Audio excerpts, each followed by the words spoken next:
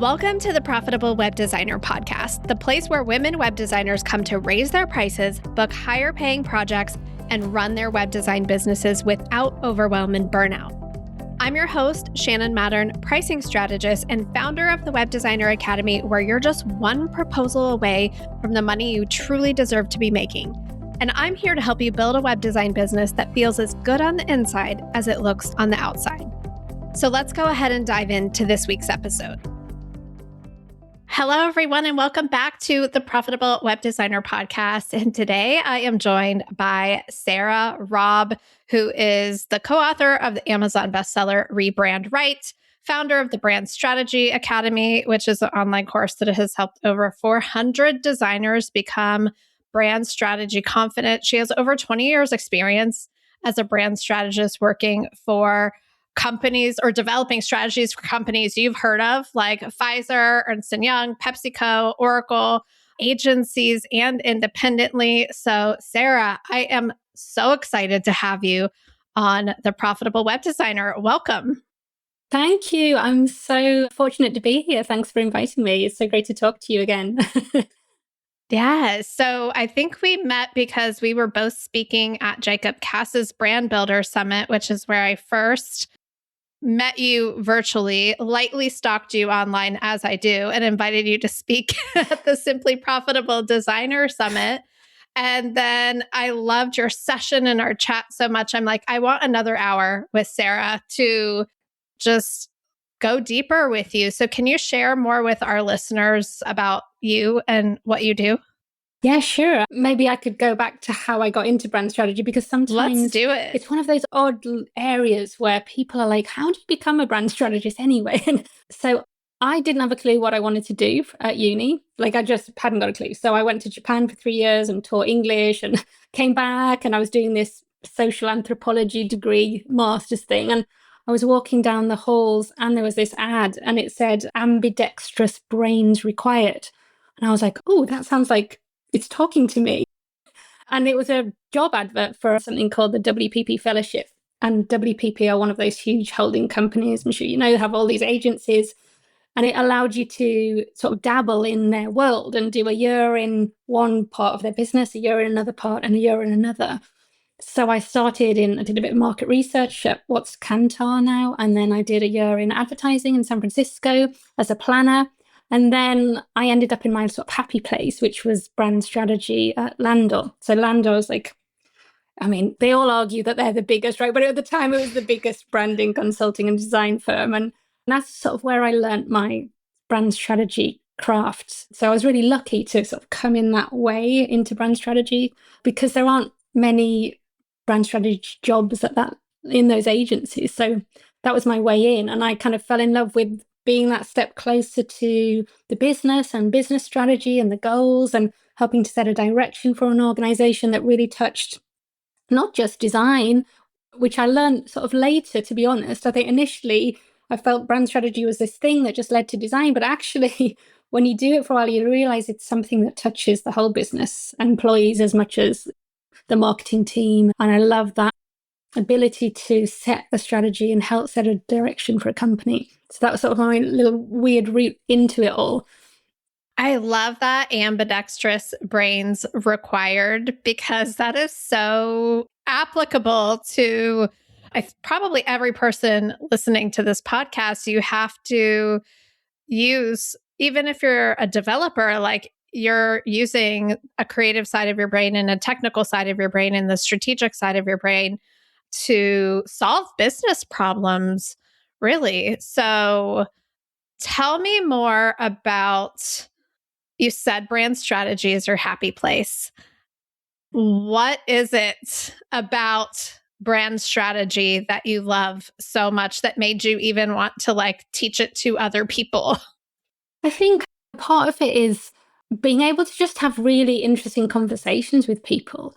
I think that's the fab thing about strategy that isn't going to go away, that there's all this stuff that happens afterwards and execution. But if you're working on strategy, you have to sit down with people, and there's a lot of trust involved. And I like talking to people. And so part of it is sitting down with people, listening to them, learning their business problems, talking about insights, talking to leadership and then employees and then customers, and really digging into and getting underneath the surface stuff and the generic stuff to find those insights that really lead to a really interesting strategy. And it's partly, and it requires like a lot of curiosity and listening and analysis, but a lot of people think it's sort of this job that, oh, well, so I couldn't possibly be a strategist. I'm like, well, everyone's doing these skills. Like web designers have these skills. They really strategic web designers sit down, they have these serious conversations, they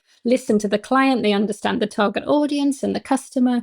And then you have to sort of weave this very clear, compelling story from it all, right? That good strategies are not 26 pages long. They're very simple. They're very understandable. And it's about taking all this stuff and really getting it down to the core that can drive decisions afterwards. And I just love that whole journey that you go on with a client, and that it is quite a personal one, especially with smaller businesses, but all organizations, how it requires that mix of analytical thinking and creative thinking, and then being really rigorous on clarity and getting a clear direction. And that it just sort of geek out on it. And it doesn't really matter who it's for. I don't know about you, Shannon, but any client, like A to Z of clients, I just love the variety of it all as well. And the fact that you can it's a skill that takes you into all sorts of industries. From like literally 1 month I was working on Viagra, and the next month I'd be working on Smirnoff, and you'd be like, okay, this is kind of a weird mix of brands, but I love that mix. I think that's why a lot of people love the freelance world too, right? That ability to work on so many clients, and many reasons. Yeah. So for someone listening that's like thinking brand strategy is, and I put that in air quotes, this is a podcast, you can't see me do air quotes around brand strategy. For those of you listening, for those of us who have thought brand strategy is the visual design, like logo, fonts, colors, and how those all work together to evoke certain feelings, I'm imagining that is like one teensy tiny sliver of what brand strategy really is. So can you expand on what that is for like the person who's like, oh, I just thought brand strategy was the visual look and feel of a site. Can you dig into that a little bit more? Yeah, totally. And to me, that bit, there's so much jargon, isn't there, in this whole industry? But to me, that piece is identity work. And that comes from a strategy. But the strategy itself is just some answers to some questions. And there are 4. And it doesn't matter what you call these answers, but they're all the best brands in the world answer these questions. And one of them is, how do we want to look, feel, and sound? So you've got to get to some sort of definition of and criteria so you can judge design, right? And judge web design and judge identity and judge colors and judge all those decisions. So you have to answer, how do we want to look, feel, and sound, with like a set of attributes. But then there are 3 other questions. One of them is like, what do we do that people value? And what do we represent that people want to feel? And that is generally called positioning, but you'll hear it called promise, value proposition, idea. It doesn't matter. It's just the answer to the question, what do we do that people value? And what do we represent that people want to feel? And then there's a question above that, which is like, well, why do we exist? And that's a really exciting one to work through with an organization. You've got to answer what you do, and then you ladder up to, well, then why are we doing it? And that's really great because it doesn't just influence things like how you write your about page. It really influences why people come to work every day. And it gives a real sense of employee engagement. And there's all sorts of data around the importance of answering that question and what it does for a business. And then the last one is, who are we and how do we do things around here?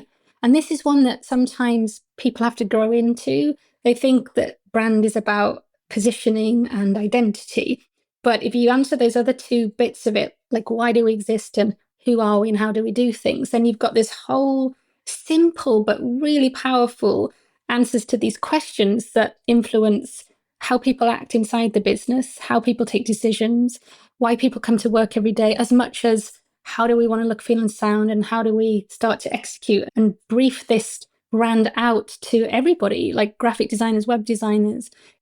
the event designers, copywriters, like the whole mix of people, sonic designers, everyone who's in charge of helping to bring the brand to life sensorially through all the senses and through all the applications too.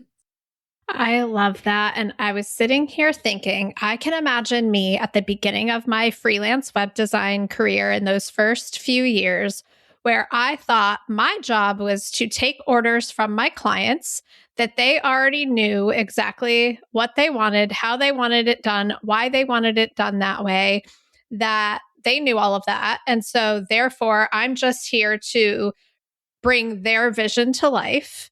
That's how I operated in the very early stages of my freelance web design business before I figured out, oh, actually, they don't know what they don't know. They really don't have any rhyme or reason why they want it done this way. It's actually not going to work if we do it this way. And they have zero plan. But before I shifted out of that employee mindset that I was operating in to really see myself as a strategic leader for my clients, I can imagine that version of me going, well, who am I to lead a client through this process? So tell me more about what you think about that. If I was coming to you saying, well, but Sarah, I'm just a web designer, who am I to even bring this up with my client? Well, I think that is the shift that people start to make, isn't it? From, like, exactly like you say, from executor, order taker to advisor. And I think people think that is a massive shift, right? That it's like a whole different personality I need to do this. But actually, I bet people are doing it anyway, but they're just not packaging and charging for it. There's often this discovery phrase, and I kind of hate the word because it's sort of buried under, like, oh, we're going to do this little thing, this discovery thing, but here's the real work, you know. And so people undercharge for basically the things that you're doing as a strategist. You're having those conversations with the client, and it's not difficult questions. You just sort of need to know the questions to ask, and you don't have to have the answers. This is the other thing.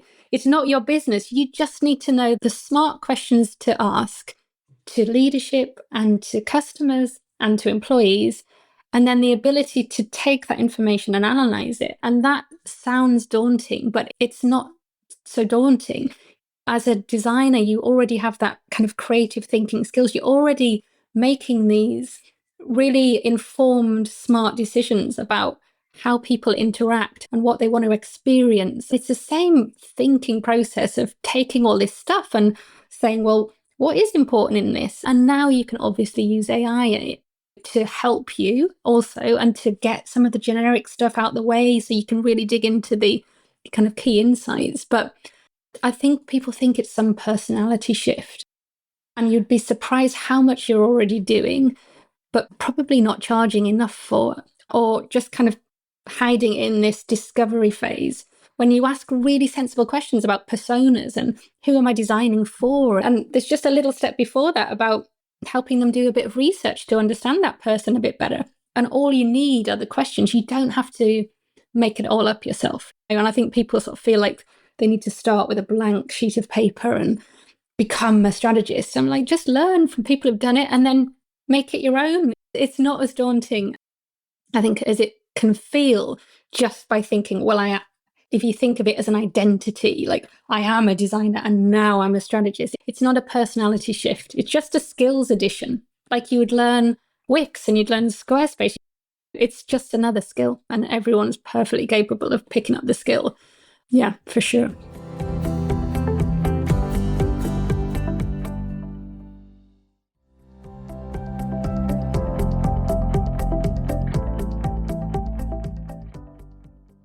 I think that's so good. And one of the things that I have experienced is like, I know my business inside and out.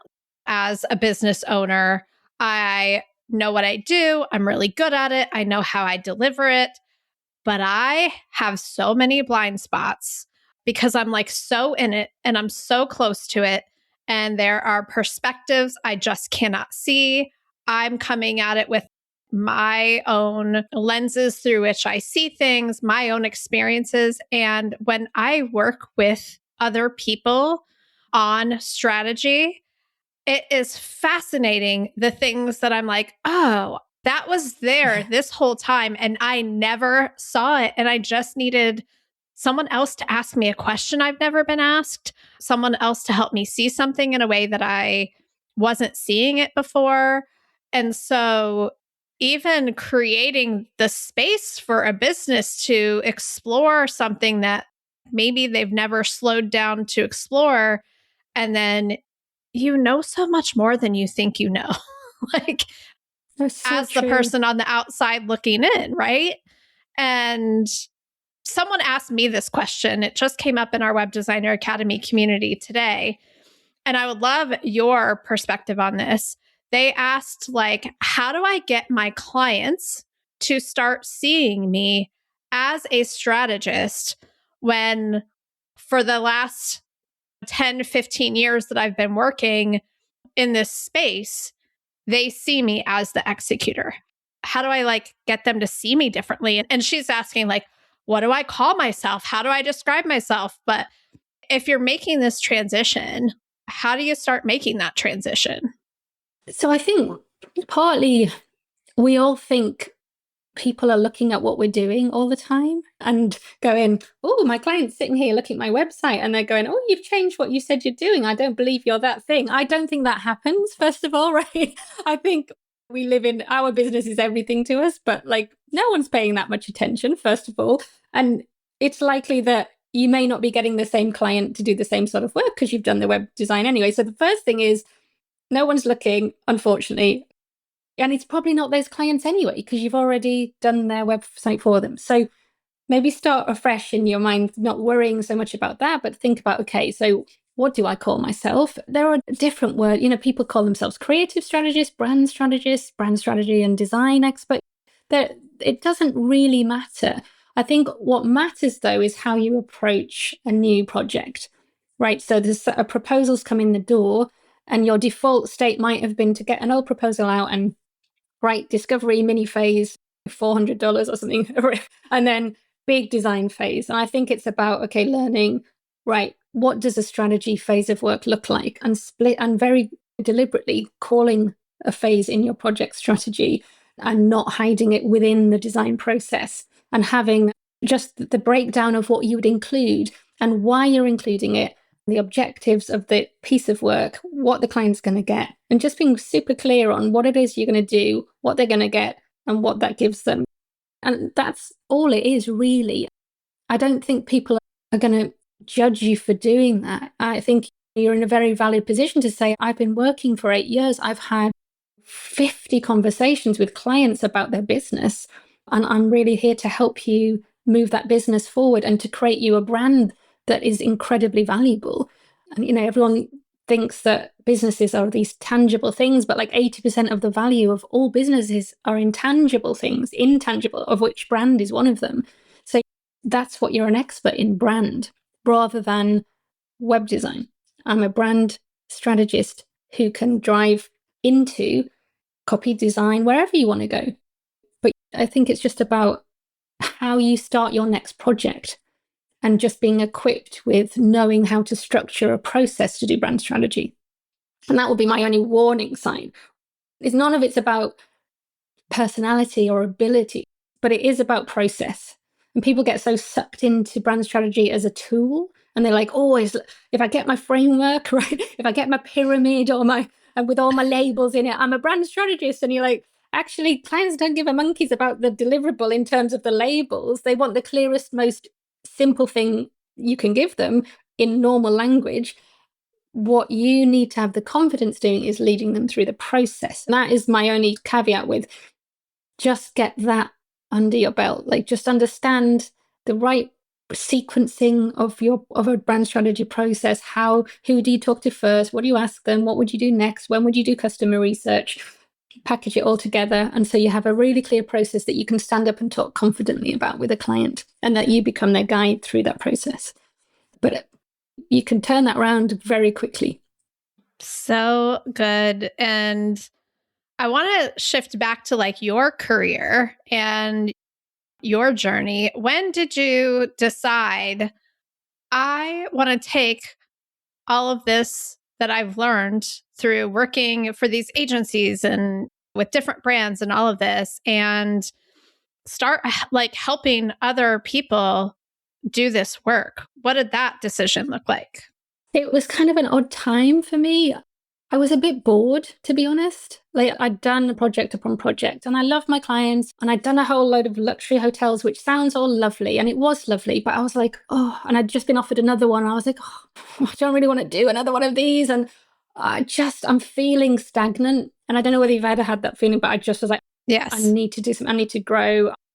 Something you said on a podcast was about lifelong learning and constantly learning. And I'm so like that. I was just feeling like, I'm not growing, I'm not learning, and then not contributing. I sort of felt like it's been all this time and I was seeing so much nonsense written about brand strategy online. Like, just so much unnecessary complexity around it. And realizing that actually it's not taught anywhere. Like, no one, even in the big agencies, like even at Landor, I was not taught how to do it. And which is crazy. I was thrown in, I learned on the job, and I had this huge imposter syndrome for so long, on like a decade. I'm like, well, am I doing this right? Is this really helping clients? I just could see it in other people. And I was like, I just don't want loads of people to go through what I've been through. And I would really like to democratize this for people and really help more people learn how to do it. And on a personal thing, like my husband has suddenly had to have open heart surgery, and he was very well. They just did this scan and his heart was like too large, and he had to have this 3D printed crazy bandage put around his heart. It was just bonkers and awful at the same time. And you have those moments of like, what am I doing?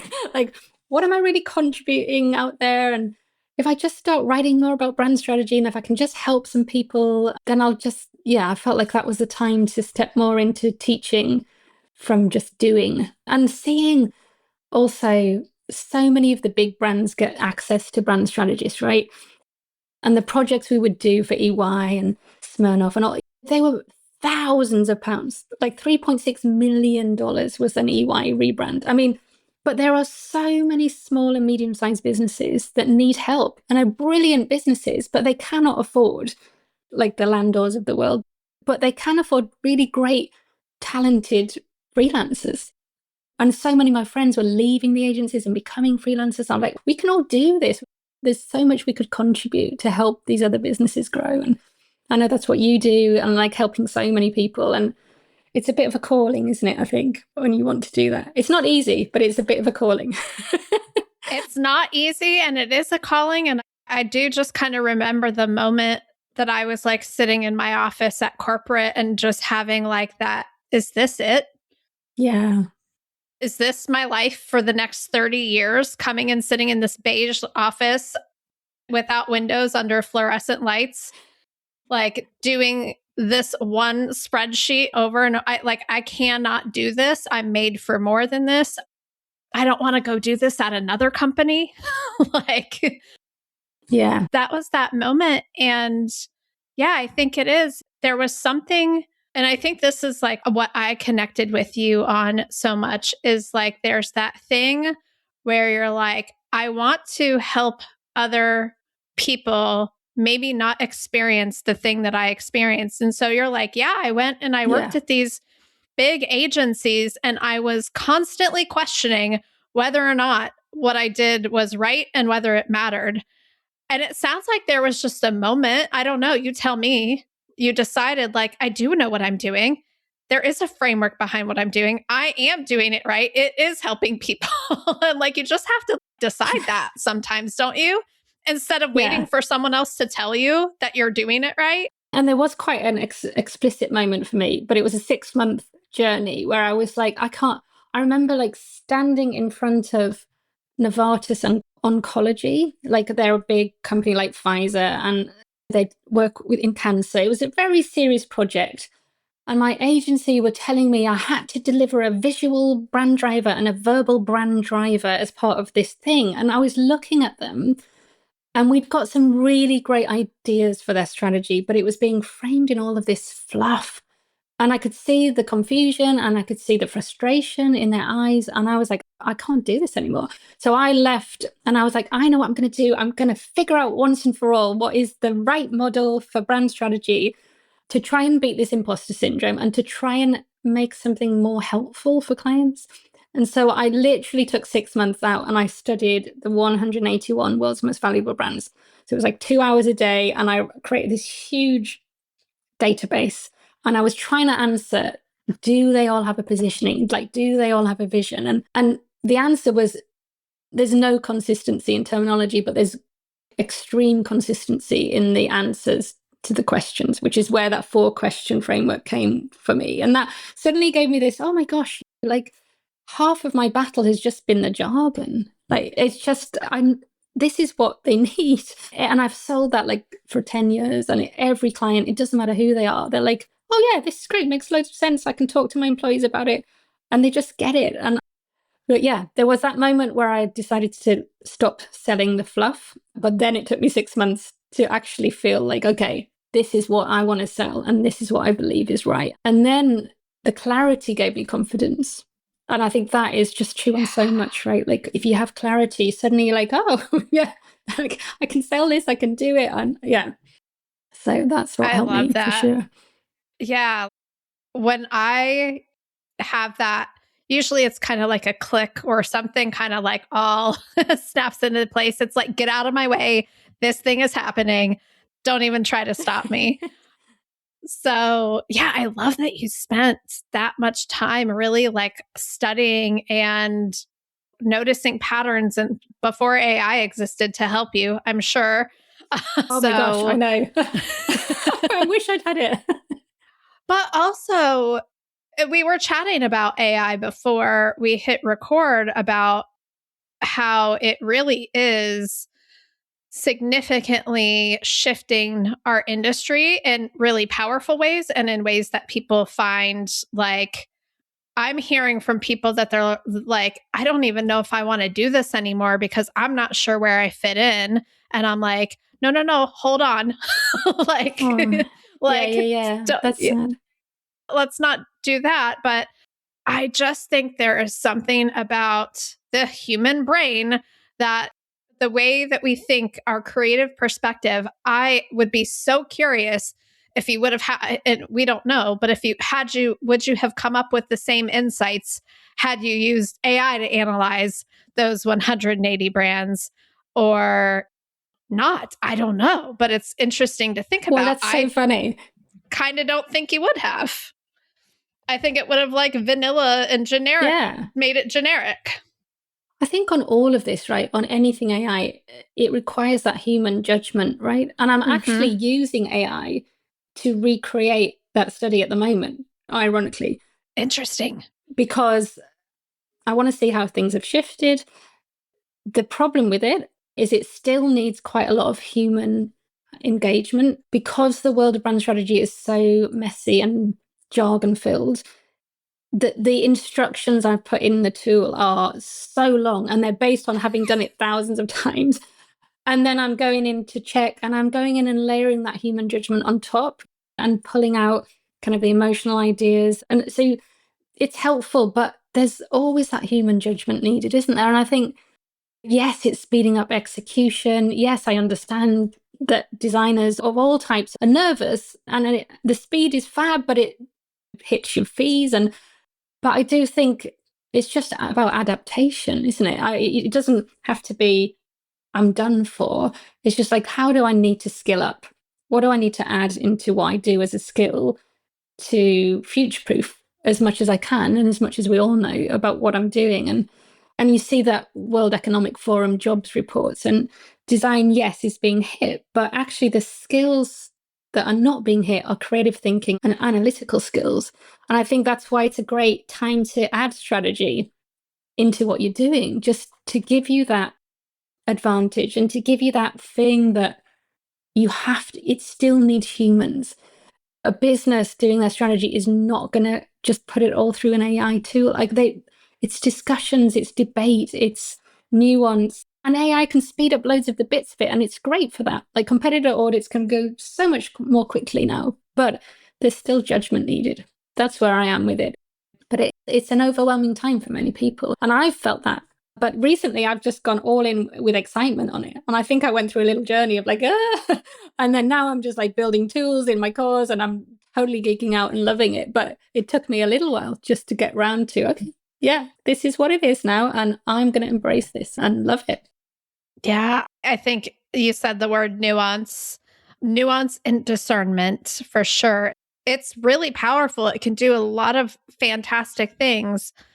And you get to use it to your advantage to help you create even more powerful strategies for your clients. And I've been of the opinion too, like I used to teach web design to DIYers. So I had a whole course. I'm like, here's how to build a high converting website with WordPress for your small business. And what I learned from that is that there are people who are always going to try to figure out how to DIY. And then there are people who are like, I don't even care if I could do it with AI. I don't want to. Can I hire you to push the buttons for me? Yeah. Because my experience was, and it was a free training. It was a completely free training teaching you how to build an entire WordPress site, start to finish. And Amazing. I earned money from affiliate commissions from the partners that I recommended in that training. And so it broke my brain when people would reach out and be like, your training's awesome. I don't want to do it. Can I hire you to do it for me? And I'm like, I don't understand. I'm teaching you how to do it for free. You would have to part with zero money. And they're like, yeah, but I don't want to spend the time doing it. I don't care to learn it. I have no desire to touch any of those buttons. Can't I just pay you to do it for me? And that there are people who are always going to try to figure out how to do something themselves. And there are people who do not even want to care to try to figure it out, even with AI. And so please don't believe that just because you could do it with AI, everybody is going to do it with AI and that you'll never get another client again. This is just not the case. So true. I mean, so true. And I do think there could be like a shift in targeting of clients. Like, yeah. And I think this is wise anyway, particularly if you want to sell strategy, that the micro businesses, I think you've got to look at their revenue. Something you had a brilliant conversation on your podcast was like, think about the revenue of that client. And if they're only turning over $100,000 a year or whatever, then are they going to spend $10,000 on you to do their strategy and design? No. I mean, it's just the reality is no. But the small and medium-sized enterprises, they don't have the time and they have the money. They don't have the time because they're suddenly growing and everything's fracturing and it's getting more complicated and they're hiring people, and which is why they need strategy more than the micro businesses. I mean, everyone needs a brand strategy, but like they really need it because you can't just go to the founder every day because it's getting too big. And they've got the revenue. I think it's sometimes when people feel, oh, my job's going or I can't sell strategy. I think it's just, who are you selling it to? Yeah. And just thinking about targeting. And I know you talk about pricing so brilliantly as well and packaging your pricing. And yeah, part of it is just stepping back, I think, and thinking about that. Maybe harder than you might have had to do before. Because the really small businesses might just use Claude Design to do a website, whether you like it or not, and it sucks and you're like, ah. But the small and medium-sized ones, they just won't. They don't have time. Like you said, they don't have time. And I think it's like an identity shift for people too, to realize that you can absolutely help a small or medium-sized company, even if you've been working just with these micro businesses, that like somehow you think you have to be a different person to even be able to help these businesses. Like Sarah said at the beginning, it's like you're facilitating a process where you're asking questions and putting together a strategy just as you would for a micro business. There might be more moving parts and more stakeholders and things to consider, but like you have the ability to do that. So think bigger, think more of yourself, value your skills. I want to ask you about your Brand Strategy Academy. And I'd love to just hear more about like what it is, how it works. What is someone going to learn when they come into that program? So it's an online course with on-demand modules. And it takes people from feeling that sense of imposter syndrome and lack of clarity into confident strategists. And that is what I get back from everybody again and again. That is the sort of transformation people feel. And then they start selling it. And then they start selling it to small businesses, and they start and their business transforms as a result of that. But it's everything I've learned in a very practical format. Like, the last thing I wanted to do is theory. No one wants more theory. No one wants more complicated jargon and models. They want to know, how do I do it? So it's kind of like everything, like all the research questions, all the module, a workshop guide, which is scripted. So you can literally just take it and say what's on there and guide your first brand strategy workshop, proposal templates, the whole slew of tools you need, custom GPTs to do your competitor audit, all sorts of stuff built in. And it is very much designed not to theorize on why do brand strategy, but like, how do you do it? Here's all the tools. So you feel really equipped. And then you can tailor, obviously, to yourself and your skills and the output from the strategy that you want to sell. But it's really about teaching people that practical process. And I do live Q&As with it too, because I sort of feel, people just might have a question, and I don't want to be someone who's so distant that they can't reach me. So I do these live Q&A sessions for 21 weeks a year, and that's all included in just the one-time price, so that you can ask questions about the course. And then when you start selling it, you can bring a client project in and go, hey, I'm running this workshop next week. I haven't got the right people in the workshop, or I think I need to ask this too, or whatever you want to ask. I just want to be there to support people as they sell it too, and selfishly, that's the bit I love the most. Like that interaction with people and the questions that I get and the weekly calls that we have. And so that's how it works at the moment. And it's not a subscription, but you do get lifetime access to all those Q&As. And I just love helping people transform their business and step up and scale up with the strategy. I always meet people like you, and I'm like, oh, I wish I would have known you back in 2016, 2015, when I was freelancing and not doing this work not well, not charging for it, overcomplicating it, or kind of skipping over it because I didn't have a process and I didn't feel like I could go into a business and like run a brand strategy workshop for their team or whatever. And like, on one hand, I'm like, oh my gosh, that would be so fun. And I kind of wish I would go do freelance again and like offer brand strategy. But then I'm like, well, it's a good thing I didn't meet her, because I wouldn't be where I am, like running the web.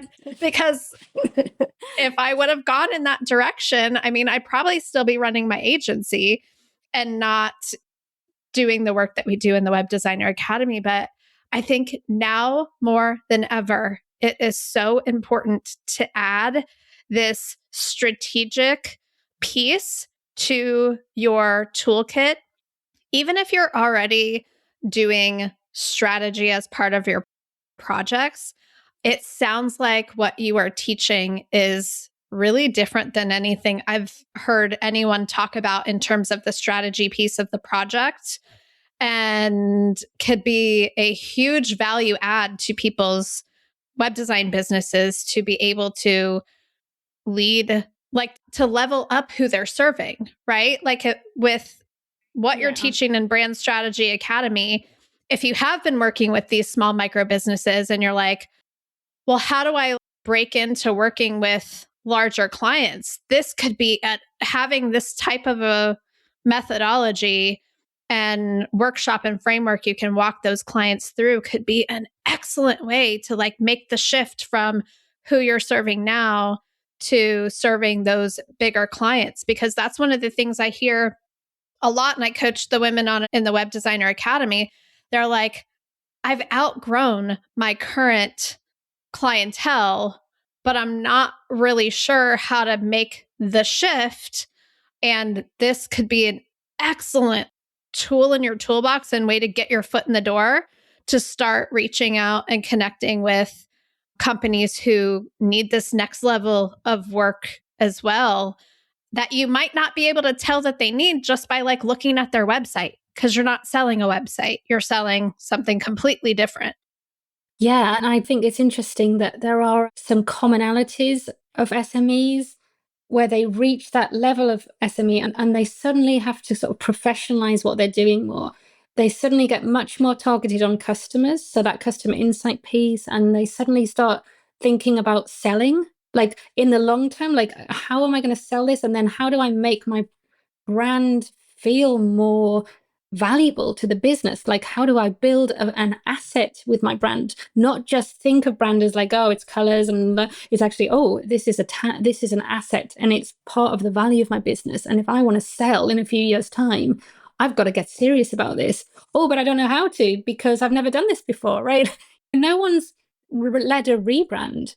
Oh, yeah, people just don't get the chance to do that other than us, because we do it all the time for clients, right? But the clients themselves, I meet CMOs who are at the highest level and they've never run one before because brands don't always, their job isn't that job. So they need help. And I think most small, medium-sized enterprises are suddenly fracturing as well at that stage. And people are going off and there's no alignment with what one part of the business is saying about who we are, and then another part of the business is saying something else. And so it's this prime time just to go in and have a conversation and say, look, if you're feeling these things, these symptoms, and you're trying to achieve this, this is the time to invest in brand. This is an asset that you need to start to develop, and I can help you do that. And then drive it into whatever your deliverable is, web design, brand identity design, all of the above. So good. So it's a great time. Sarah, I could talk to you for another hour about this, but unfortunately, we are at the end of our time together. Can you share with everyone where they can go to learn more about you, Brand Strategy Academy, get your book, all of the things? Where can everybody go to connect with you? Come to brandstrategysarah.com, and I've got a free mini course on there that's about brand strategy done simply, which is a really great starter for you. I think if you're thinking about this, just take the free course, go through the 4 quick video modules, and you'll sort of get a sense of, oh, this is quite simple. I can make it simple and I can do it. So it's just brandstrategysarah.com. And I'd love to see you there on LinkedIn also and Instagram. Thanks so much, Sharon. It's so great to talk to you. Amazing. And that's Sarah with an H. Brand Strategy, yeah. Sarah with an H. So thank you so much for being here, Sarah. This was so fun. I really appreciate you coming on the show to share this with everyone. So I'll link everything up in the show notes so you guys can go check that out, brandstrategysarah.com. And yeah, Sarah, thank you so much for being here. Thank you. And thanks for everything you're doing for the community. I mean, you're just doing wonderful things. Thanks so much, Shannon. Great to talk to you. Take care. This podcast is part of the Sound Advice FM network. Sound Advice FM, women's voices amplified.